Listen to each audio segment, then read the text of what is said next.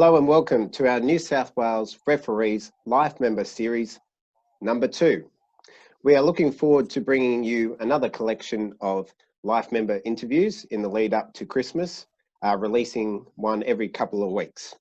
Today it's my tremendous pleasure to welcome our association ambassador, our oldest living life member, a former first grade referee and touch judge, someone who's touch judged 5 grand finals including a replay.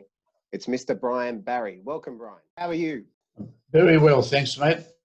Good to hear. What do you do to keep yourself busy, Mr. Barry?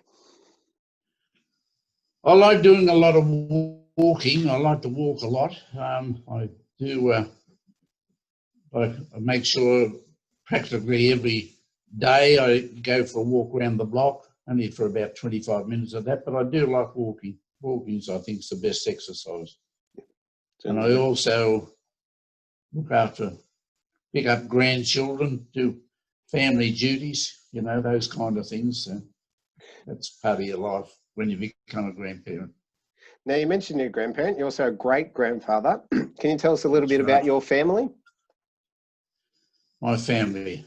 I have a daughter. She had 2 children.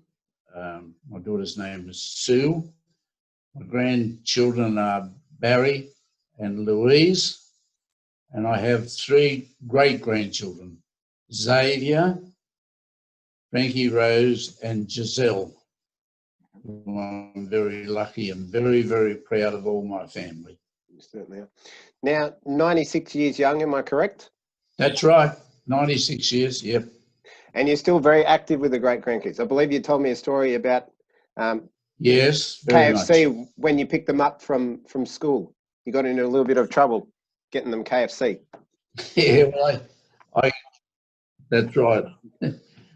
I pick it up from school and then we go to Kentucky Fried and they have what they want. And of course, I always say to them now, don't leave things lying around. Your mother doesn't like you having Kentucky Fried, so don't leave anything lying around. And one day, Giselle left the chips out, and CJ come home from work and she said, "Oh, who's had Kentucky Fried?" And Giselle said, "Oh, Pa gives us that every time he picks us up." And she went, "Oh no, I don't want the kids having Kentucky Fried with all that grease."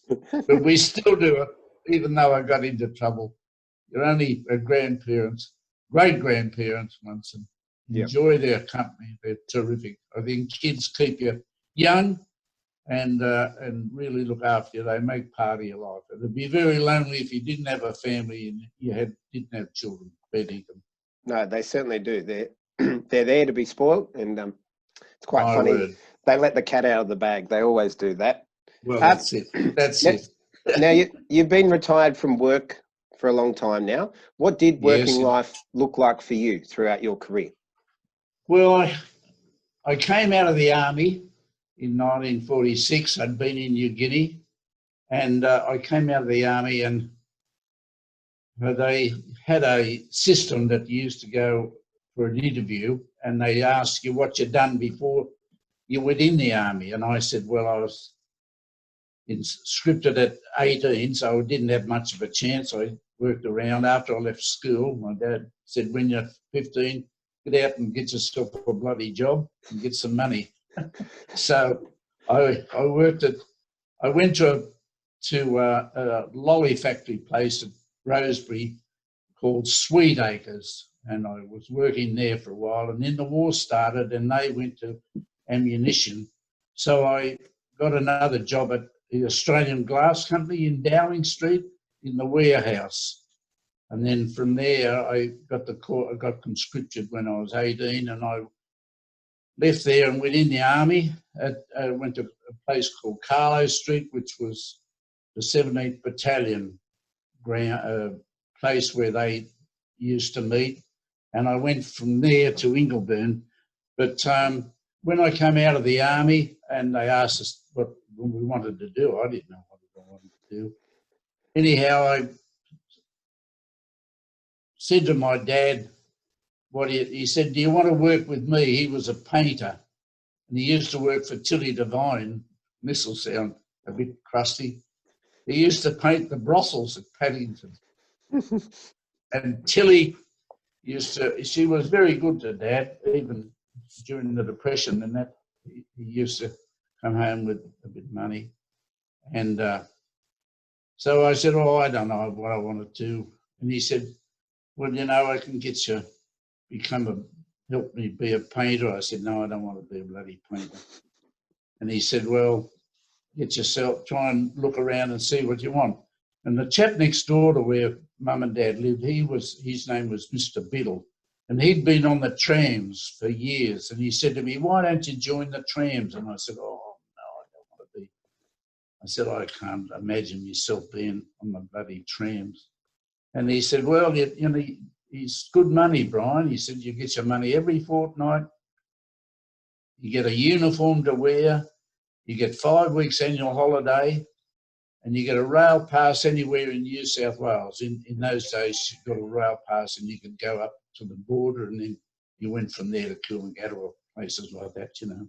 So I said, oh, all right, I'll go in and give it a go. But before that, I had a call from the post office. In those days, you could write down different places. And I went and I done about a week at the postman. I didn't like that. So I decided I'd take the tram job. So I went into Phillip Street and sat for the exam and they said, all right, we'll notify you. So then they said to me, yes, you've been accepted. So then I went and got my uniform and I started work at North Sydney Tram Depot at Neutral Bay alongside the Oaks Hotel. I became a conductor, and in those days, the conductor used to walk along the board, outside the tram, and you worked with a bag over your shoulder, cash bag, and it was all cash in those days. And you pulled tickets, had a ticket case, and you'd do the tickets on the side. And for the first 6 weeks that I was on the trams, it rained every bloody day, every day.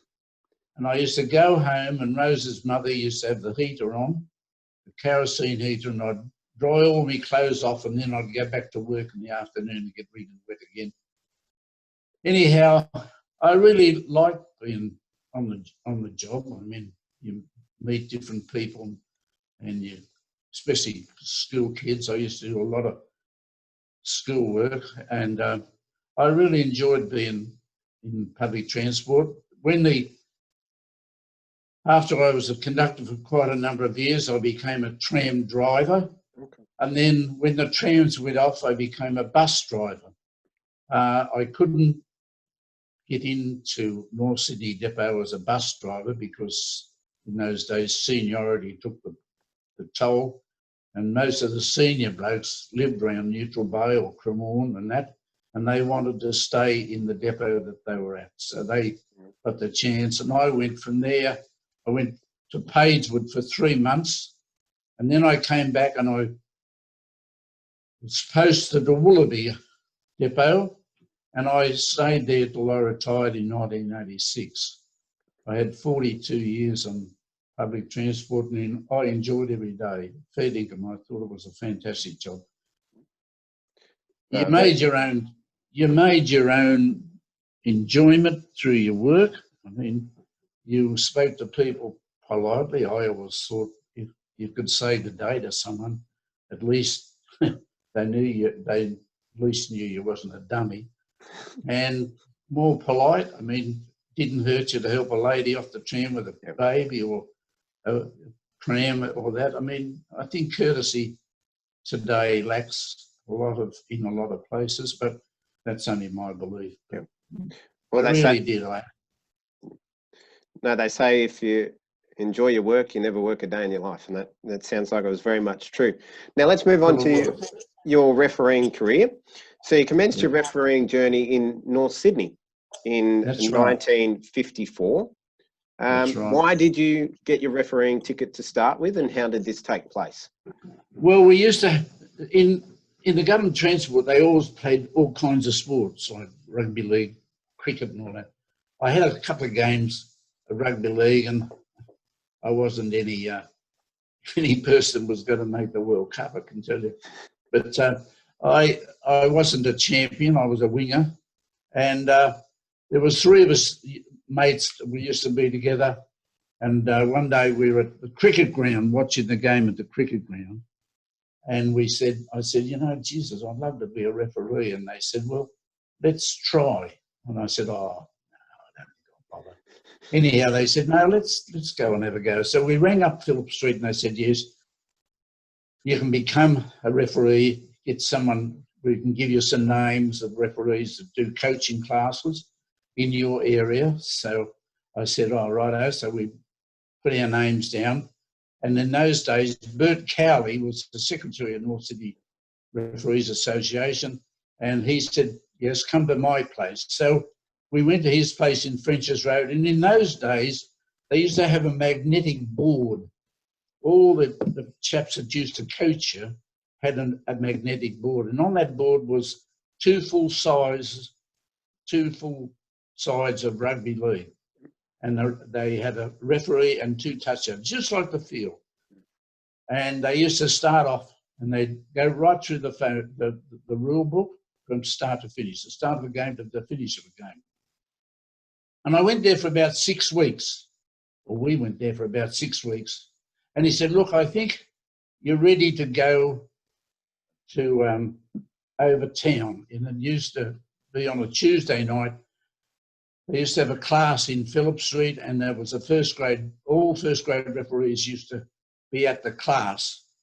And like one night you might go there and it was Freddie Erickson was doing the lecture, or Jack O'Brien, Austin Shiner. They all took turns in sort of organising the class. And so I said, oh, you know, we were doing all right. So we came back and Bert Cowley said, look, I'd like a couple of our blokes to have a look at you before you go for your ticket. So I went and had a night with Bobby Tinsley and another referee from North Sydney called Ron Carey. And in those days, those three chaps were in grade from North Sydney. So they said to me, yeah, I think you're ready to go. So I went over to town. The other two had dropped out because they thought it was bloody shocking to sit in here and watch this bloke play with a magnetic board and figures up and down. So I went in, and in those days you had a marker and a chap that questioned you. And my questioner was Cole Pearce and the marker was Cliffy Brown. Okay.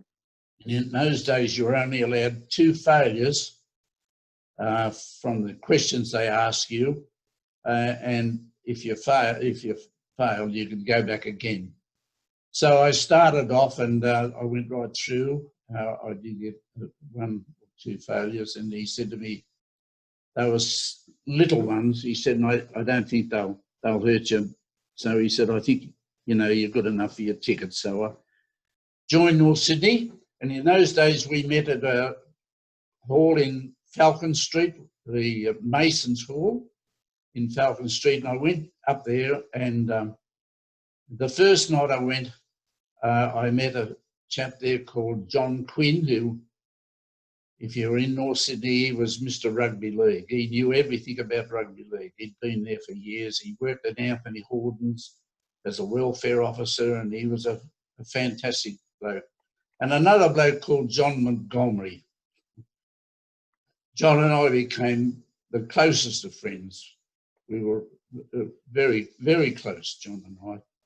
And they took me under their wing, and from there on, I started in those days, there was A, B, C, D and E grade in the district. That's how big they were. Rugby league was a big game in those early years. And I was lucky. I liked being a referee. I thought it was fantastic.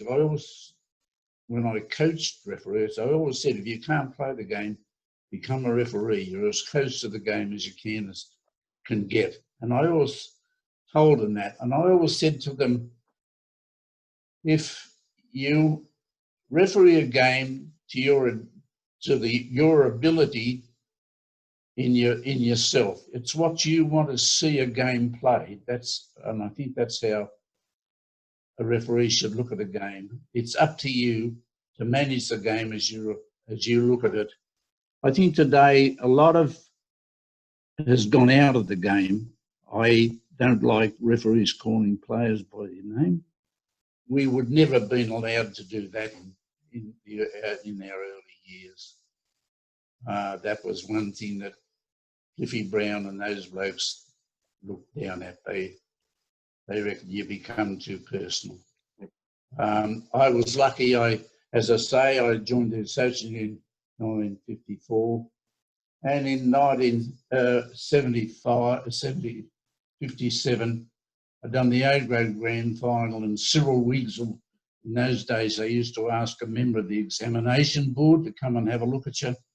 So he came over and I'd done the final, and the A-grade final, and he said to the association to submit my name for grade the following year, which I did in 1958. In those days, when you went to grade, you got a letter which was a Romeo copied letter, and it told you what ground you were on. You used to get there at 9:30 in the morning, and you got dressed, and they used to tell you to go out and sit on the field, which you did. You went out and sat just inside the fence, on the ground, not on chairs or anything. You said you were dressed, ready to go. And they used to say, all right, Brian Barry, you'll break them up. So in those days, every district used to send their 3 top teams, the President's Cup, the SG Ball, and the Matthews Cup. They used to send them out as the scrubbers because they hoped that those players they could get, in those days we had first, second and third grade, they could get players to come into their grade side. It was quite funny. They all had different jumpers on, so you had to wait till they stood up and faced whichever way they were going to play the ball because you didn't know which way they were going to go or which side they were on. And they used to call them the scrubbers.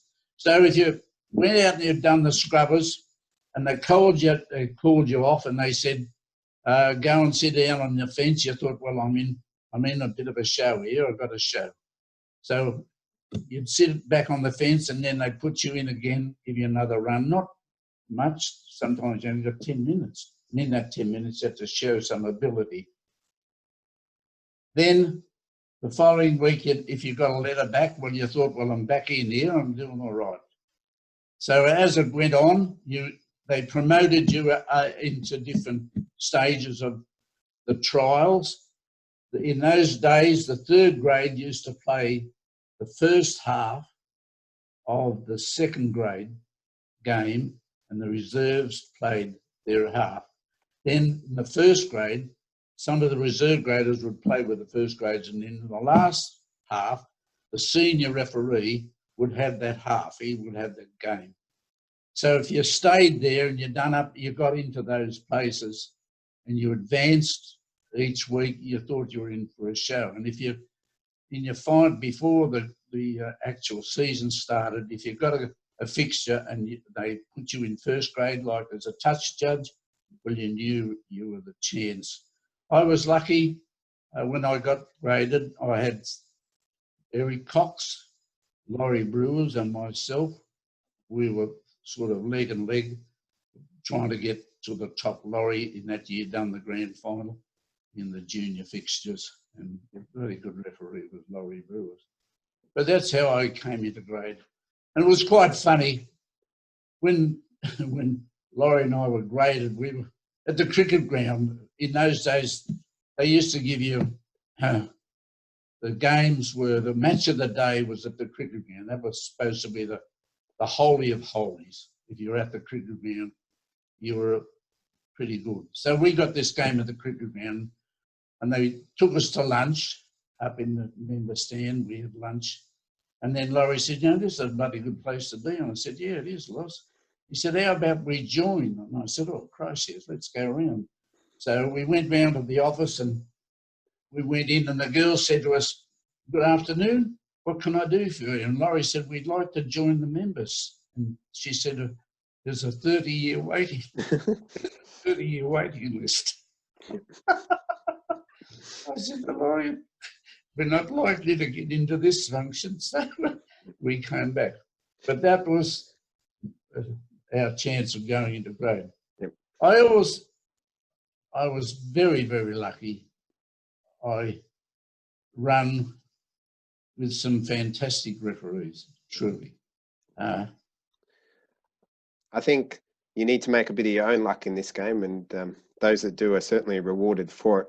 So you mentioned you were graded in 1958 as member 508, and you told us how that came about. But before then, you did have some success in North Sydney, as you said, the 57 grand final, and you served extensively as secretary and president. Now, I can always remember a meeting a couple of years ago where there was a delegate from each association down at Homebush who had to get up and give a 30-second blurb about what was going on in their association. Now, you stood up at the end of the meeting and spoke in glowing terms of how much you enjoyed that meeting and hearing about all the input that people were giving to their associations. Can you describe what you meant by giving back to your association, the importance of that? I think every referee should look at their junior associations. They're the body that gave them the chance to become a referee. A grade, even if you don't get into grade, they're giving you the opportunity to show your ability. And I mean, you must remember, your association is one that may give you the chance.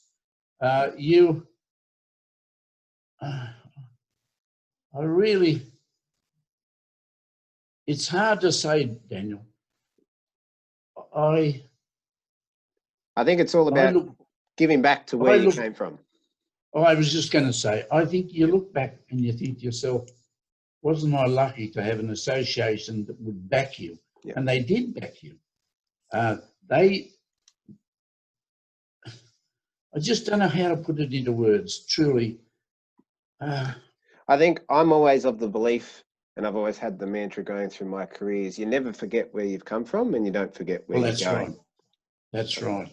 I think, and as we often say in this association, giving respect to those that have dug the well. Well, the water from the well is what you're drinking today. Yes. That's it.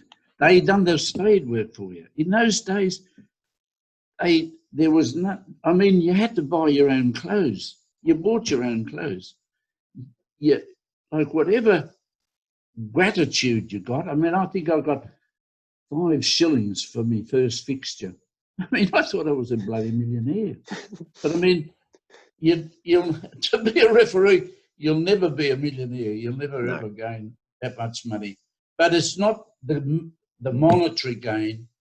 It's what you gain out of that camaraderie that's in a referees association. I don't think any body of men have so much togetherness that a referees association has. Right. You can go back and you can tell some funny stories, truly.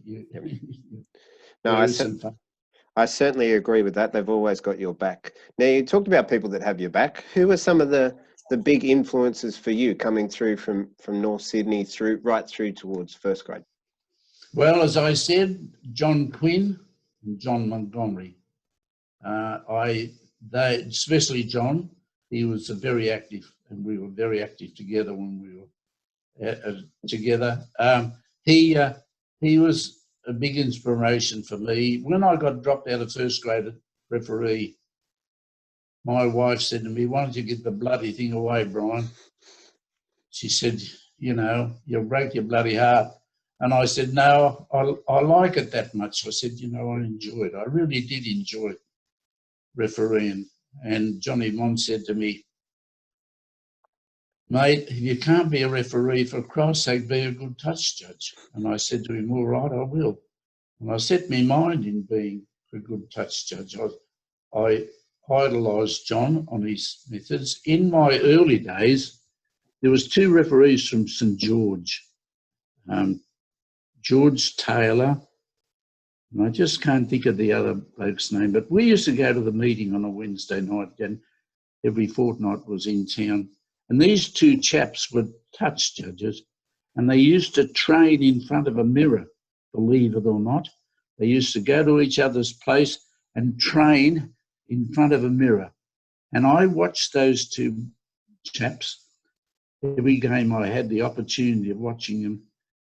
At the time, I was appointed to the ground. And I thought, by God, if I could be as good as them, I'll be very pleased with myself. They were absolutely phenomenal, truly. They were a model that just set, that a touch judge set in those days, set his mind to, you know. Yep. Yeah. Now, you work your way through the lower grades and you get your first taste of first grade as a touch judge in 1962. Now, coincidentally, this is the same weekend that the late Kevin Jeffs gets his first crack in first grade. How did you find the step up from the lower grades into first grade? Phenomenal. I mean, you come from a junior referee and you go into third grade, you think that's terrific. But when you go from first or second grade into first grade, my goodness, it's an eye-opener. You are riding on cloud nine, truly. The excitement that you feel in your body, and you think to yourself, here I am in front of all these players that are professional players. In that, you know, they're professional men in that sport. Terrific. You know, I was very lucky. I was at a time when rugby league was at the top of the Ozer, you know, the top of the hill. Yep. You had Michael Cleary, you know, John Sattler, Reg Gasnier. It certainly was a time full of fantastic players, wasn't it? It was. Yeah, my word. And great human beings as well. Great men. Well, not only that, you take it too, Dan. Today they call themselves professionals. In those days, those blokes went up to work during the week. They trained Tuesday and Thursday, played Saturday and Sunday. And I mean, that was their day. And I mean, the old Biff was on, but the Biff didn't worry you. I mean, it made a game. The mob, when the Biff started, the mob were on their jump up their seats to see someone getting laid on their back. And it was hilarious. But I mean, today, it's a different approach to football, in my opinion, than it was in my early days. Now, we fast forward to 1967. Round 14, you make your first grade debut as a referee in the match between Cronulla and South Sydney. Here at, you can see behind me, the old Sutherland Oval, which the Sharks played their first 2 seasons at. There's actually quite a familiar name on the team sheet there. The late Jack Danzy was 5'8" for Cronulla. Do you remember much of the lead up to the match itself? Well, I can. I don't think I slept all that week. I was so worried. And I went to the ground, and I mean, in the Sutherland Oval, I can remember getting dressed to go out and do the game. I was on pins and needles. I thought, God, I hope I don't make a mistake, you know. And it was a game that went from, well, South at that time were a bloody good side, as you can see by the program. But Cronulla didn't let them sit any of their supporters down either. That was a very good game. I thoroughly enjoyed it. Jack O'Brien was on the board, and well, thank goodness he gave me a very good report. So I went on from there. Yep. Now, many referees have faced such a time in your career. You refereed 16 first grade games. Can you talk us a little bit through the end of your pathway as a referee? I believe your last game was Wests and Newtown, if I'm correct, through to moving on to the touchline. My last game was between Wests and Manly at Lidcombe Oval. That's right, West and Manly, sorry. At Lidcombe Oval. I'll never forget it. I had West were leading them 11-9. It was coming right up to the end of the game, and I had a scrum back on Manly's in goal area, and they were attacking the line, and they won the ball and went downfield. We were on about the 25 at the time, and I could hear the mob yelling out behind me, going berserk, and I looked around, and Mike Beavers was sitting on his bum on the ground with Cody standing over the top of him, and a couple of the other forwards were milling around. My two touch judges at the time were Cole Schomburg and Kevin Jeffs. And former first grader, Colin Schomburg, yeah, a player too. Yes, a player. So I said to Mandy had the ball, Fulton had the ball. I said, put the ball down there, and I want to go back and listen to the report. So when I went back, as we're going back, Fulton kept saying to me, we could win this game. You've got to signal time out. And I said, you shut your mouth. I said, I haven't got to signal time out at all. I'm hearing a report. You don't have to signal. He said, we could win. I said, will you listen to me? Just shut up and listen to what I've got to say. So I went back and I said to Cole Schomburg, what is it? And he said, Brian, it happened that bloody quick. I don't know who we've got. But he said, it's all in nearly.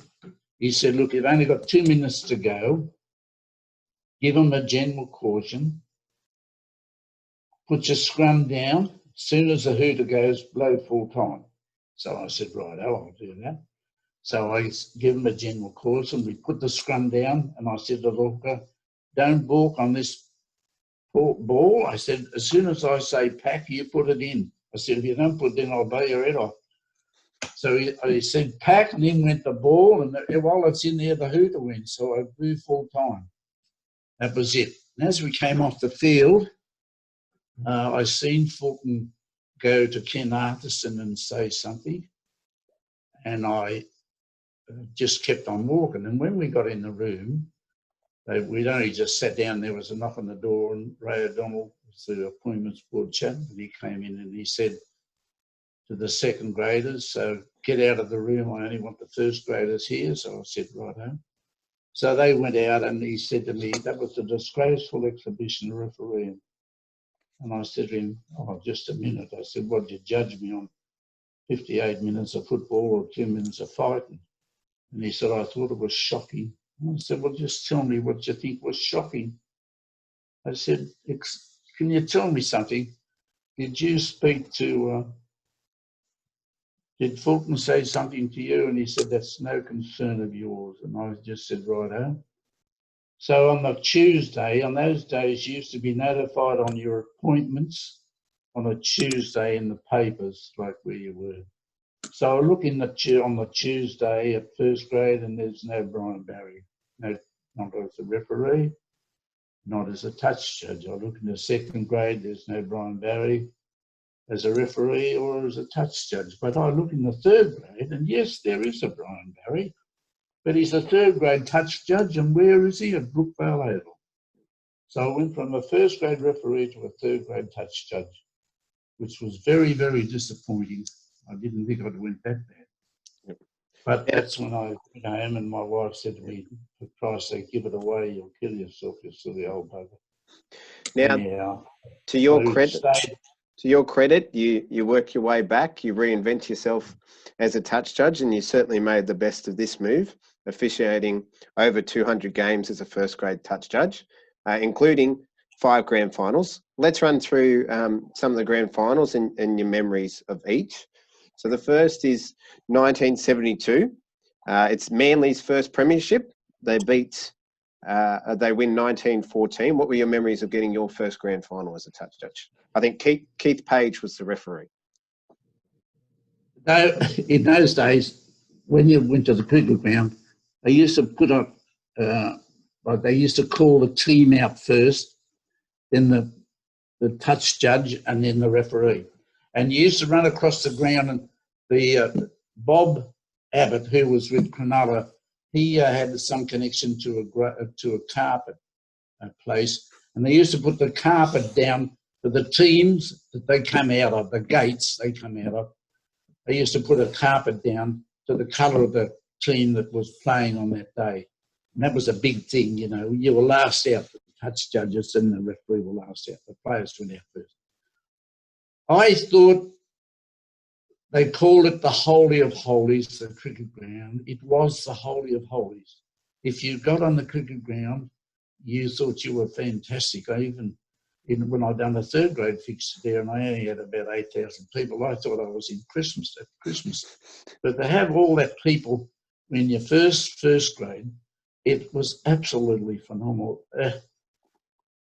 I just don't know how to express myself. I was out of this world. I thought, my God, here I am at the cricket ground. You've watched it on TV and you've heard it broadcast on the ABC, and here you are, you're actually going to do a game on it. It was phenomenal, truly. I think a lot of the atmosphere has gone out of like that today, because the cricket ground, as I say, was the Holy of Holies. If you got on, no matter what grade you're on, or what you've done, if it was a referee or a touch judge, the cricket ground was the great ground. Truly, it was fantastic. My first, as I say, it was Manly, and it was a very, I can remember, it was very, very good. I thought, oh, but don't make a mistake. That's the main thing. You certainly Keith Page was a very, he was a referee in himself, Keith. He had his own opinion. Well, I think a lot of referees have their own opinion. He was very, very regimental in his approach to players, very respected by players. And if you crossed him, he sort of put you back in your place very quick. He didn't like you coming in. If you were in behind him, he'd say, "What the bloody hell are you in here for?" And you'd say, "Well, I've seen this." And he said, "Yes, so did I." And we'd say, "Yeah, well, let's have a little talk about it, because it's my job the same as yours." So, you know, he was pretty hostile sometimes. I've seen him. I was at the North Sydney Oval one day with him, and we were going down. It's half time to the dressing room, and this chap went over the fence and said, "Page, you're the worst bloody referee," not in a few other choice languages, "not the best bloody referee in the world." And Keith said to him, "Oh, well, come down and see me after." So we're sitting in the room, and there was a knock on the door, and I just said, "Oh, well, I'll get the door." So I opened the door and I said to him, "Yes." And he says, "Keith Page here?" And I said, "Yeah, he is." I said, "Yeah, you're a relative or something?" He said, "No, he just challenged her." I said, "Oh, for Christ's sake, piss off, will you?" I said, "You know, bad enough having to listen to you, but having a bloke come here to fight." He was very hostile. I seen him chase a bloke because he threw a box of Jaffas at him at the sports ground, and he chased him, jumped the fence and chased him. He was a funny dude. So you missed out in 1973, but we're back again in 1974. We've got East versus Canterbury in the grand final this time. Laurie Breers is the referee. This is Jack Gibson's first title as a coach. What are your memories of this game? I thought that was a fantastic game of football. Yeah, it was a good. Laurie was the only referee that ran backwards and never fell over. He used to say, "There's two black dots on the crossbar, that's where I run between." He was a funny man, Laurie. No, he could handle a game. Players respected Laurie Brewers. He was a referee in his own style, and a fantastic referee at that. Truly, he had his own. He was Mr. Brewers. I mean, there was the tail. He sent the 6 players off at Brookvale Oval. I mean, and the last one was Bobby Fulton, and Bobby Fulton went over and said to him, "I'm the captain. What did you send him off for?" And he said to him, "Will you go off there too and ask him?" So he sent him off. But I mean, he was a bloody good referee, Laurie. No, he had his own style. But in that day at the cricket ground, he refereed that game very, very well, I thought. It was an honour to be with him, truly. It was an honour. He was a fantastic friend, not only a bloody good referee, but a bloody good friend too. Now, a year later, 1975, it's East versus St George. Laurie Breeze is the referee again. Now, this game turns out to be fairly one-sided, 38 blot. It was remembered for Graham Langlands in his white boots and then going off injured. What were your memories of this game?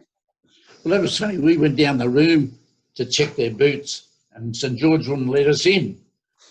And they said that Graham and Billy Smith were being attended to at the time by the club doctor. And at that time, they told us that there would be a camera on the ground for Nike shoes on the grandstand side, the members' side, and he would be running up and down the line whenever Langlands had the ball or was taking a shot at goal. So we said, right out.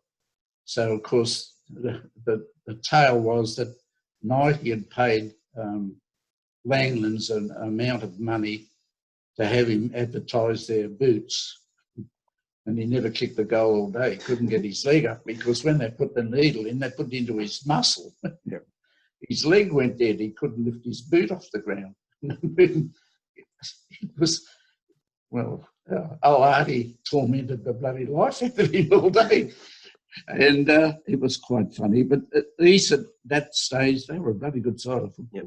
And so was St George. I mean, St George had some top players in their day. But that was Laurie's swan song. And there he is in his yellow jumper.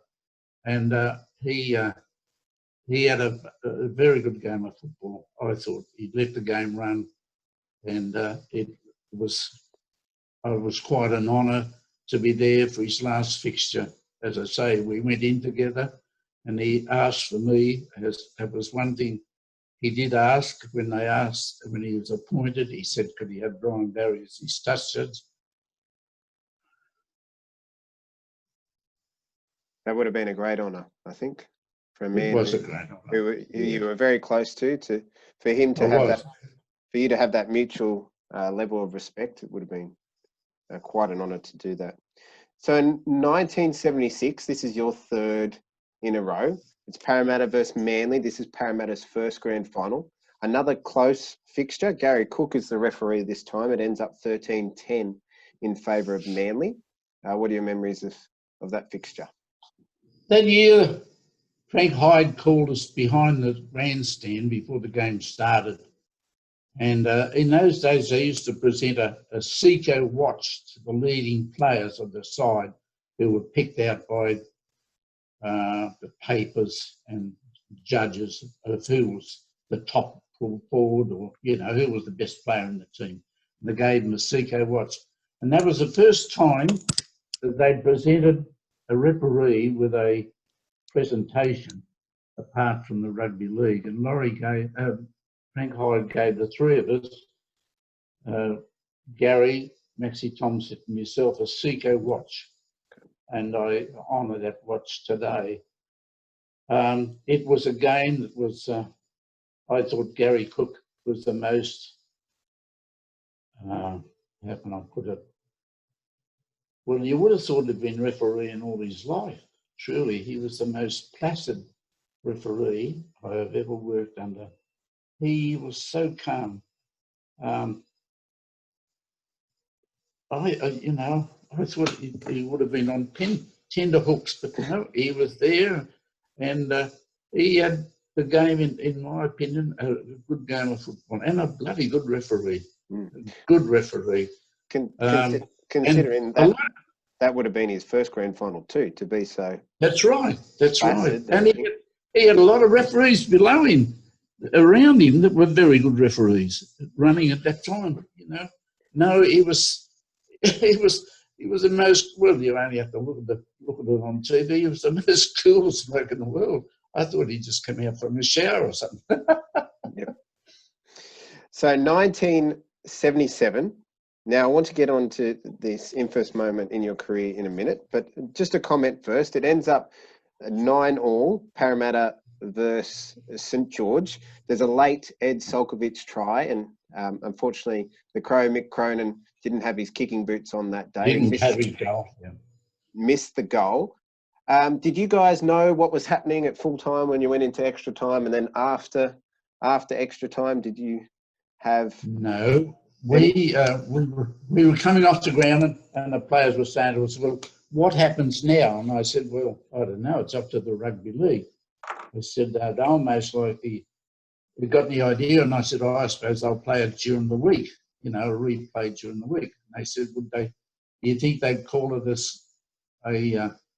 a draw?" And I said, "No, I don't think so."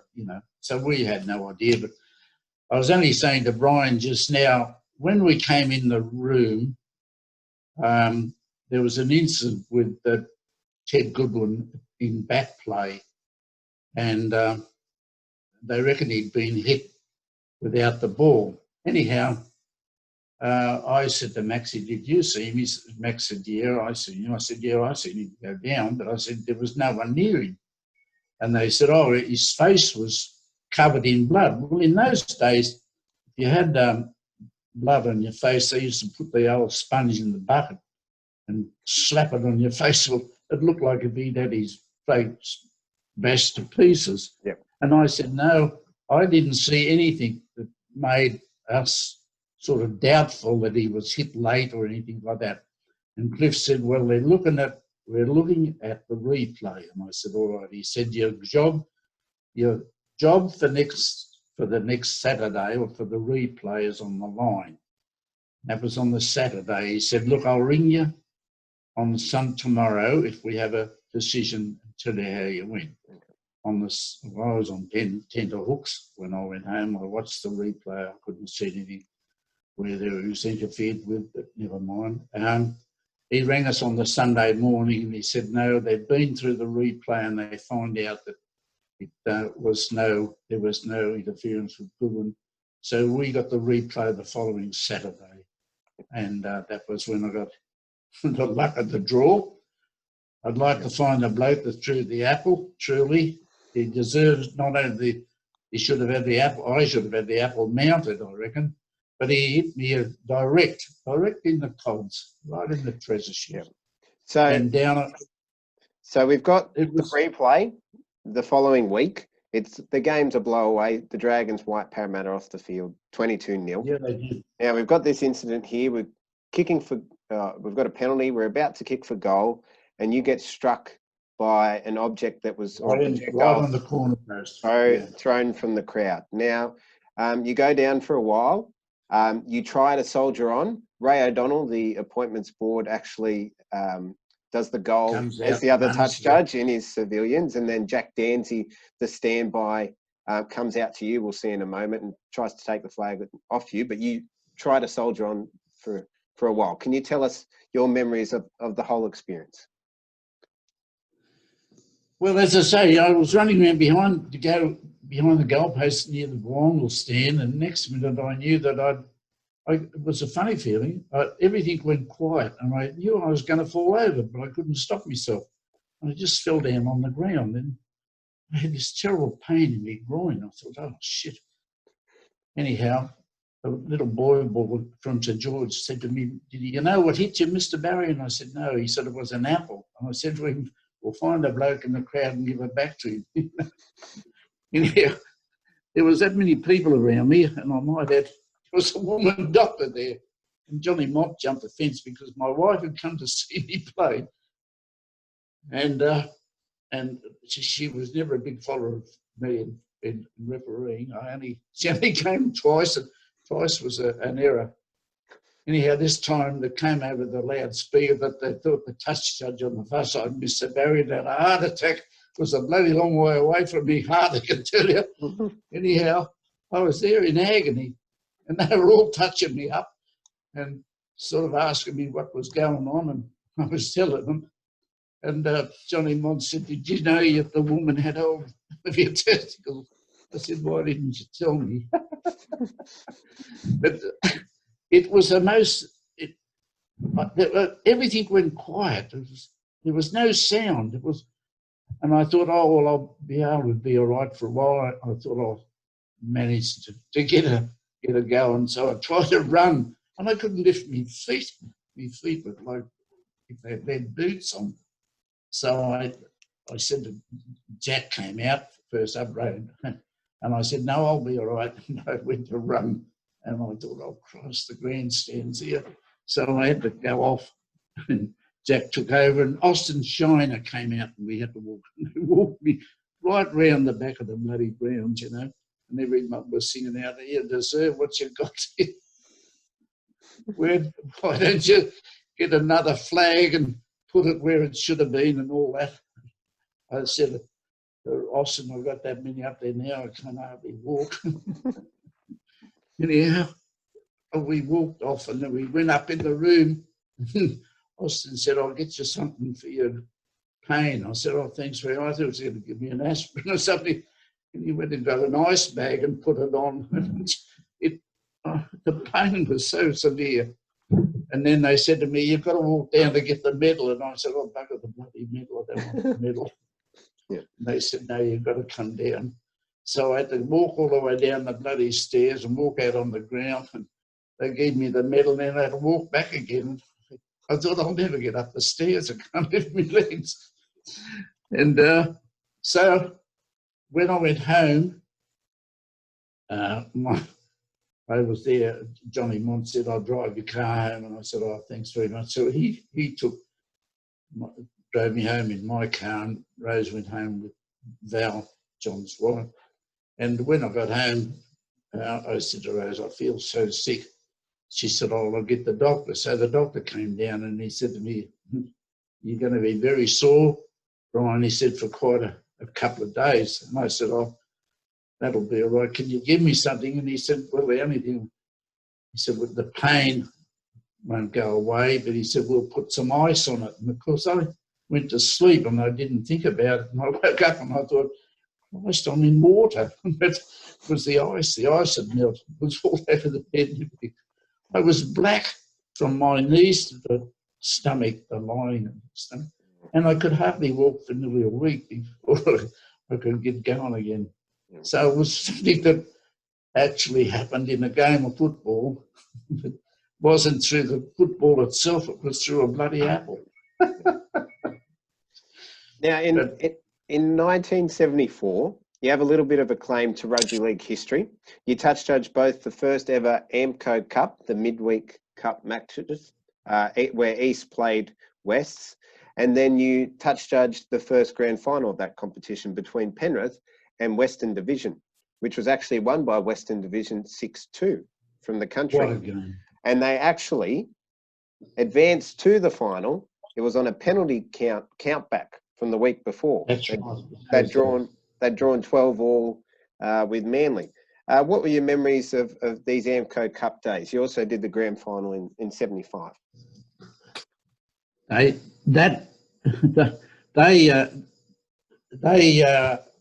were bloody good games of football. City and country used to play, come down and play these games. Country used to come down, and that Sunday bit, they played all over them. They killed them. It was a fantastic game of football.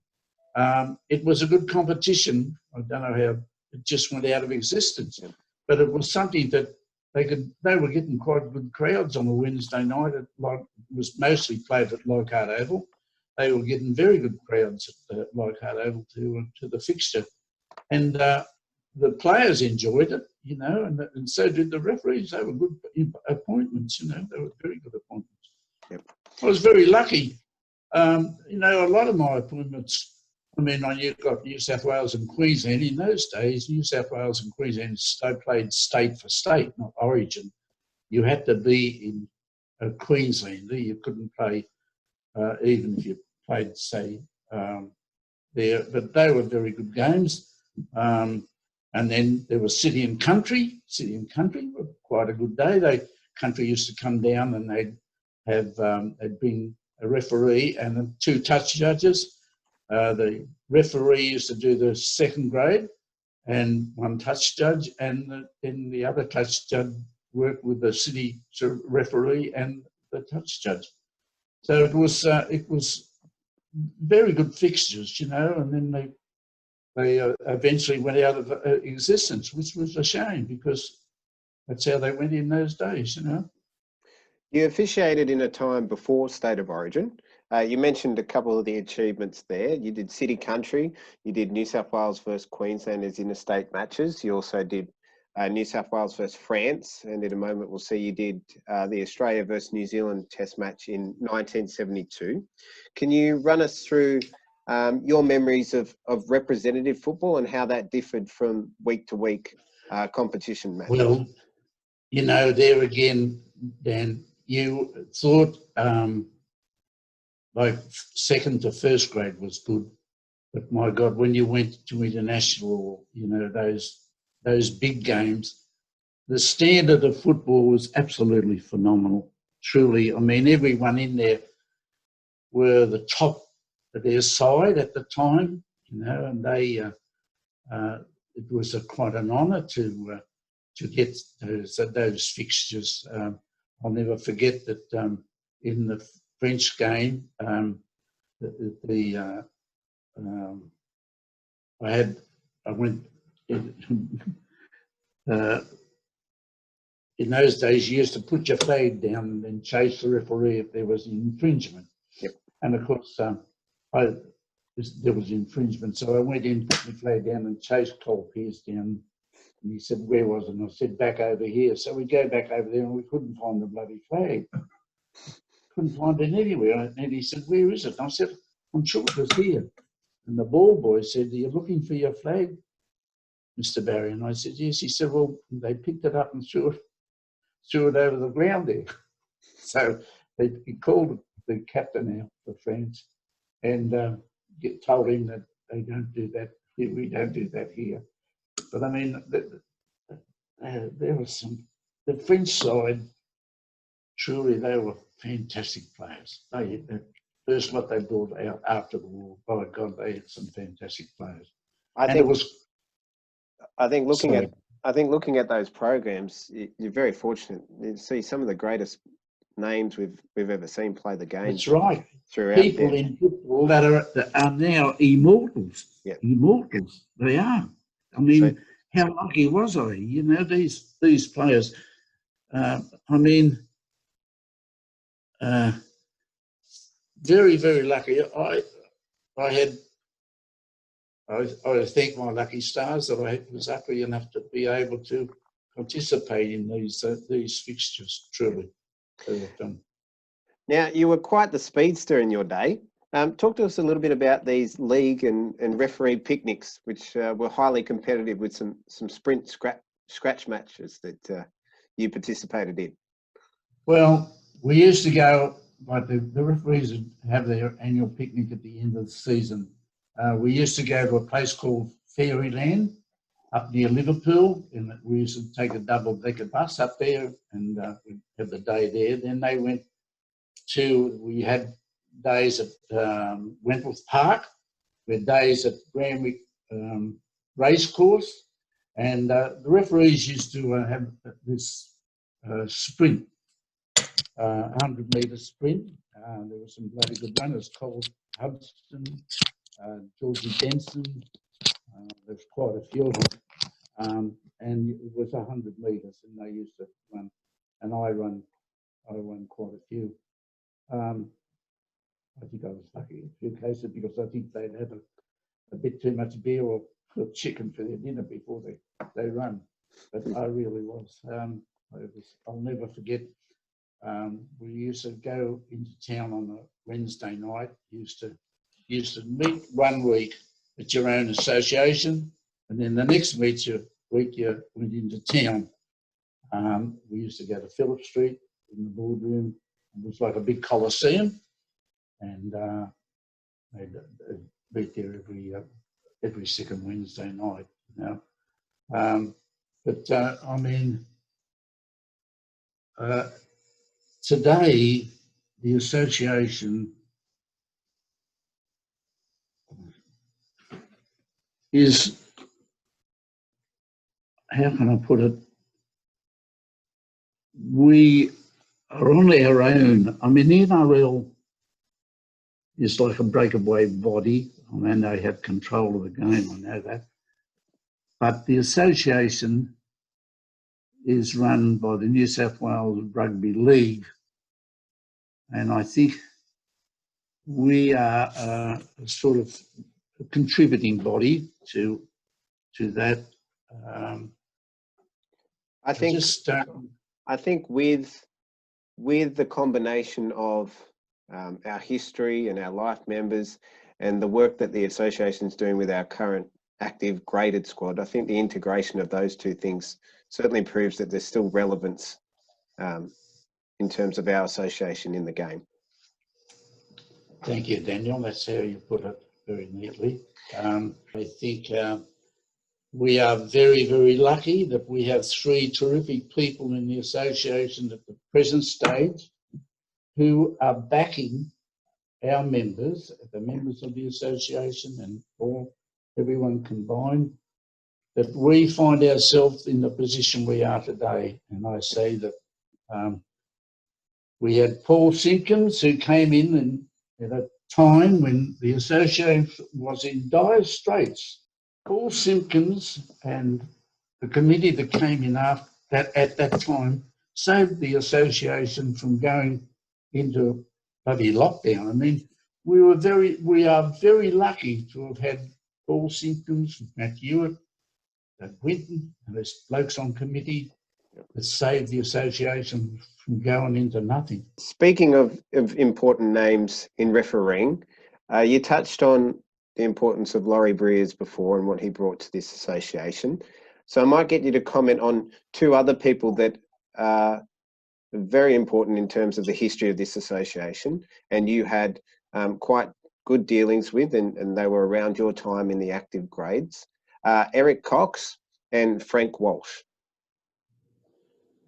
Eric Cox and I and Laurie were, as I say, were the three referees at the time we were graded together, and we had quite a tussle in our days to be sort of beat each other to the punch. I mean, Laurie was the one that came the pinnacle of the top.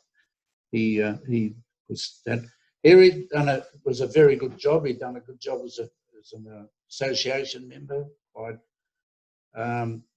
Had a big say in the Referees Association at head body, backed us on a lot of disputes we had. I mean, one time there we were going to go on strike when Laurie was the chairman in 1975 because the Rugby League were only going to notify us by phone for our fixtures on the Saturday for the weekend. I mean, that was one thing about it. And we finished up, they went back to as it stood, notifying us on a Tuesday what our fixtures were the following weekend. But Laurie was the chairman at that time, and Coxie was on the board at the time, and he backed those motions.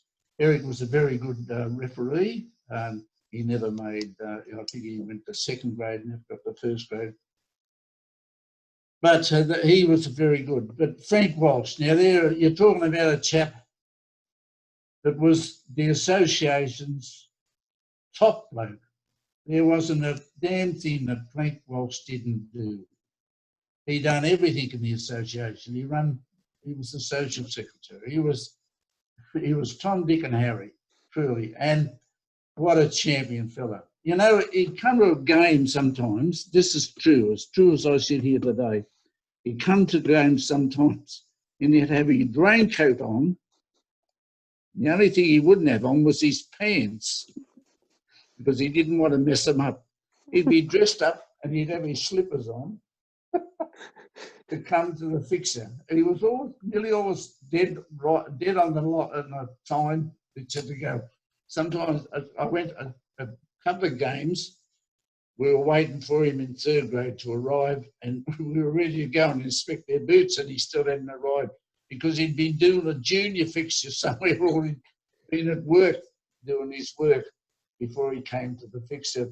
But what a man, truly, the association, his name is, Frank Walsh's name is immortal. Yep. the association would have gone broke if we hadn't have had a Frank Walsh. Yep. Truly, he was a fantastic man. But two men, the association owes credit to. They fought their time. I think that's a really important thing, that we have so many of those names that the association That's right. can be so thankful for. So many names that have done so much for this great association, like yourself. Now, you received recognition in 1974, your life membership of the New South Wales Referees Association. Do you remember receiving your life membership and what it meant to you at the time? Well, I thought that again was a pinnacle of one of my achievements in the association. I'll never forget it. My wife, we were at the function. I was lucky enough to be the same year as John O'Sullivan, who the association, another man in the association who worked his backside off for referees and coaching and, oh, you name it. You know, in those old days, those blokes put their hours into their work. I mean, you take it, they used to, the members of the examination board used to travel around New South Wales to examine country referees to get their ticket. And yet here today, the country referees are going to amalgamate with us. You know, that's an achievement I never ever thought would ever come to fruition, because they were both associations. But getting back to the life members, at the time we were at this function, and in those days they used to give the wife of the member that was made the life member a big bunch of flowers, and they just said to Rose, "Would you like to say something, Mrs. Barry, about Brian getting life membership?" And she said he'll die smiling, because it's something he's wanted all his life. I said to her, "Thanks very much." That was about the biggest thing you could ever tell him. But what an honour, truly, you there again. To be a life member is an achievement that you should set your mind to. Any junior referee or any member of any association should set his mind to being a life member, because your contribution as a life member is something that association has set a log for, and they make you that one of those people that they respect over their time. Yep. You were very fortunate in the fact that not only you're a life member of New South Wales, you're a life member of your local association, North Sydney. You talked about the importance of that earlier to you. Now, even once your graded career was over, you could be seen running around at grounds like Story Park, Tunks Park and Willoughby Oval. You recently received a Men of League award for your contribution at North Sydney. What did that mean to you, and how important is North to you? I think this is another association that, again, has helped not only the game, but any person participating in rugby league.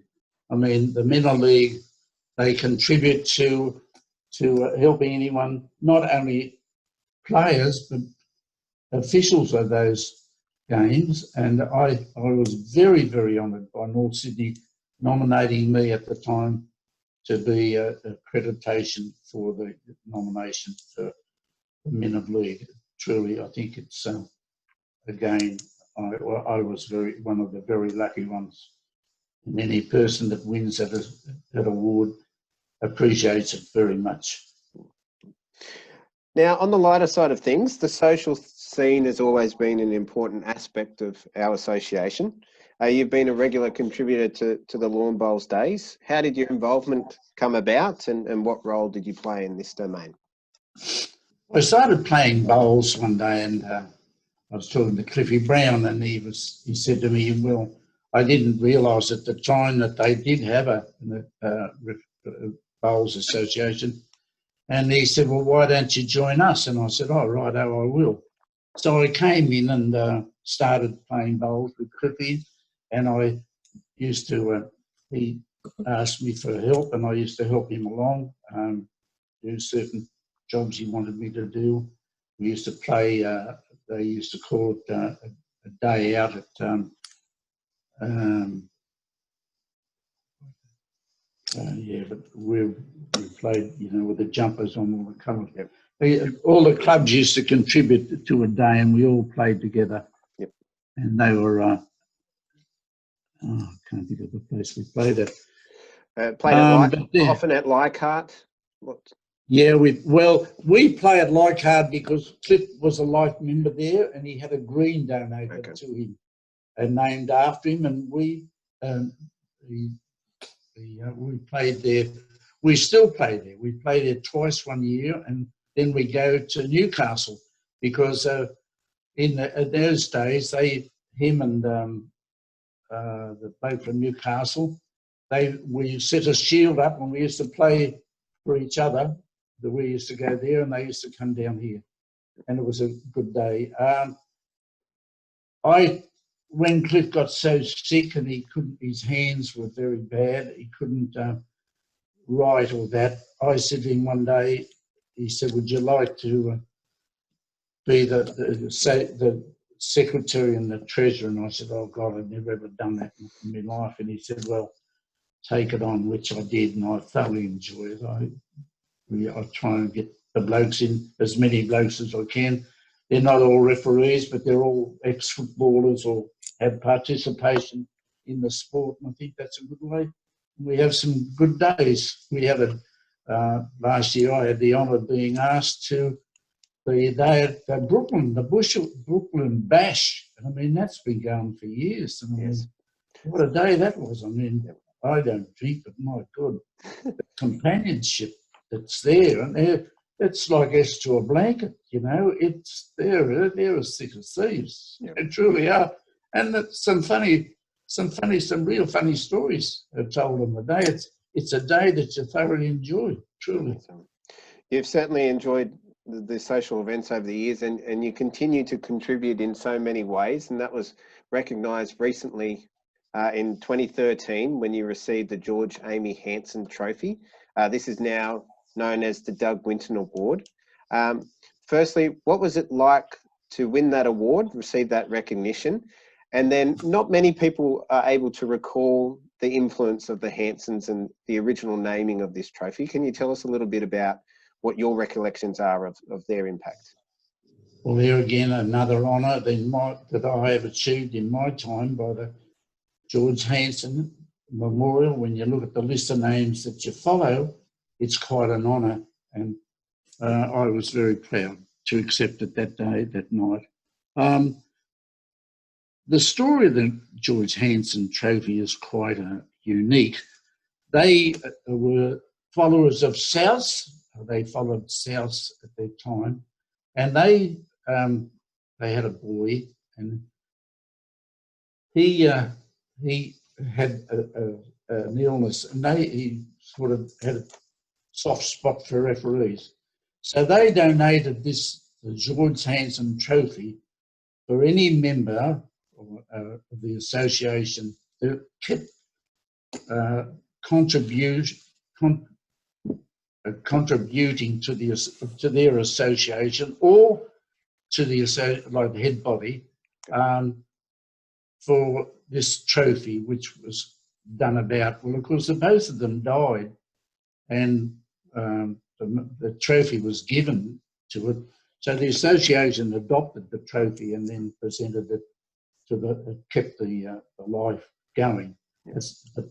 I mean, over the years, no one knew who George and his wife were, so then they named it the Doug Winton Trophy, and I think that's quite an honour because Doug has been a terrific member of the association and contributes in lots of ways to the association over their time. Yeah. Recently, in 2018, I believe, correct me if I'm wrong, you became the association's ambassador, taking over from the late Robert Culkin. With the most polite intentions, you are the association's oldest living life member. This honour must hold such a significant place in your heart. That's true, Daniel. It is true. I mean, you've got the badge, and you certainly wear it so incredibly well and so incredibly proudly, and do a fantastic job for our association. Well, it's an honour that I hope I can contribute for a few more years. It's Paul, the story, and I suppose you know the story. They wanted to buy me a blazer. Well, a bloke at 96, for Christ's sake, he doesn't want a blazer. As my wife would say, she'd know something bury me in it. But truly, when they made the boats for me, I was very honoured. I was quite proud to accept the nomination as the ambassador. But I said to them when they nominated, I said, where are you going to send me to? I'd like to go to Lebanon or something like that.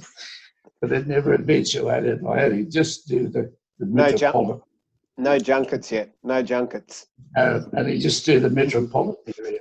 But truly, I thank the association, and I thank the board for nominating me as the ambassador. But I also thank the members for backing the board in allowing me to be the ambassador. And I'm very, very, very proud to say, yes, I am the ambassador of the Referees Association. You can certainly see that through the emotion when you're talking and the smile on your face, and you certainly do us so very proud.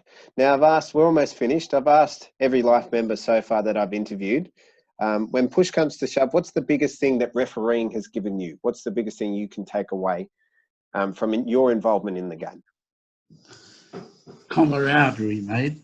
I think you never, when you become a referee and you get into an association, you never forget what you've achieved through the members and yourself in that. And I think that's one thing that you should never ever forget. As I say, you should never ever forget your association that puts you in the position you find yourself today, because that's where you started from, and you should give them the full credit. No, I think that's very well said. Now, our Fast Five to finish off. We've revamped these questions for Series 2, fresh new look. So, number one, what is your signature dish? Sweet and sour prawns. What's your favourite holiday destination? Paris. What's a perfect day off look like for you? A day with the family. Favourite sport outside of rugby league? Bowls. And if you could bring back one rule, what would it be? The advantage rule. Okay, Brian, it's been an absolutely, truly humbling experience speaking to you this afternoon. You represent all that is this association so incredibly well. Thank you for talking us to today and giving us your time. And I look forward to catching up with you so very soon. Daniel, I want to thank you personally for the effort that you've put into this association to make this function what it is today. And I thank you very much. And I wish you and your family all the best for the years to come. Thank you again. Thank you, Brian. I'll see you later.